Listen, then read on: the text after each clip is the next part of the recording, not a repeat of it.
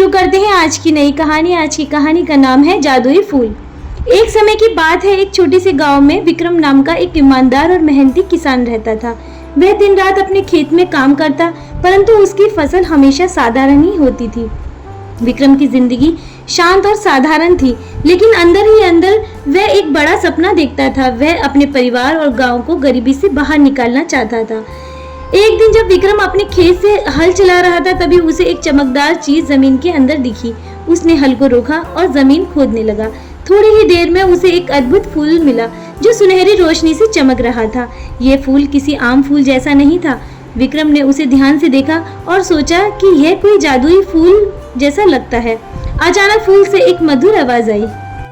मैं एक जादुई फूल हूँ।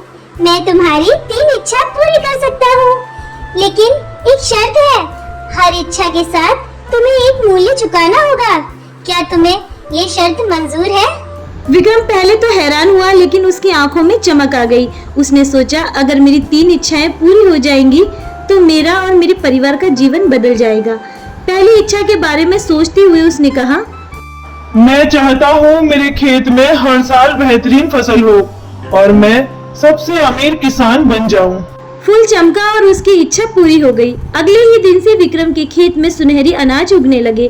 गांव के लोग हैरान रह गए और विक्रम धीरे धीरे गांव का सबसे अमीर आदमी बन गया। लेकिन उसके साथ एक अजीब चीज भी हुई।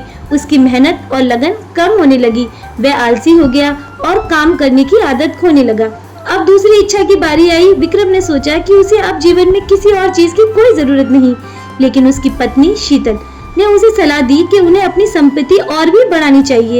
इस पर विक्रम ने दूसरी इच्छा मांगी। मैं चाहता हूँ कि मेरे पास बहुत सारा सोना और हीरे हों। फूल फिर चमका और विक्रम के घर में सोने और हीरों के ढेर लग गए। लेकिन धीरे धीरे उसकी लालच बढ़ने लगी। उसने अपने दोस्तों और गांव के लोगों से दूरी बना ली।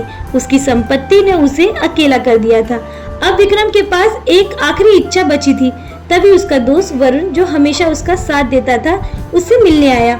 वरुण ने उसे चेताया, विक्रम, ये जादुई फूल तुम्हें हर इच्छा तो दे रहा है, लेकिन इसके बदले तुम अपनी खुशी और सादगी खो रहे हो। विक्रम को अब एहसास हुआ कि उसकी इच्छाएं उसे धीरे धीरे खोखला बना रही हैं। उसने आखिरी इच्छा के लिए फूल की तरफ देखा और कहा, मैं चाहता हूँ कि सब कुछ फिर से पहले जैसा हो जाए। मुझे मेरी मेहनत, मेरी खुशी और मेरी सादगी वापस मिल जाए। मुझे पहले जैसा कर दो। मेरी यही तीसरी इच्छा है। फूल ने आखिरी बार चमकते हुए कहा, तुमने सही चुनाव किया है दोस्त।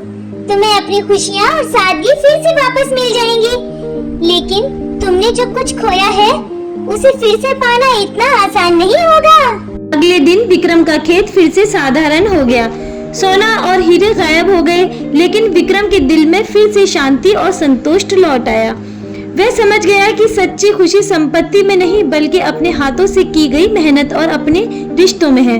विक्रम ने अपने जीवन को फिर से सादगी और मेहनत से भर लिया और वह अब पहले से भी ज्यादा खुश हो गया था। इस तरह कहानी का अंत होता है। उम्मीद करती हूँ आपको ये कहानी पसंद आई होगी। कहानी को अंत तक सुनने के लिए आप सभी का बहुत बहुत धन्यवाद। ऐसी ही मजेदार और हॉरर स्टोरीज के लिए सब्सक्राइब करें हमारा चैनल क्रिएचर ऑफ शैडो।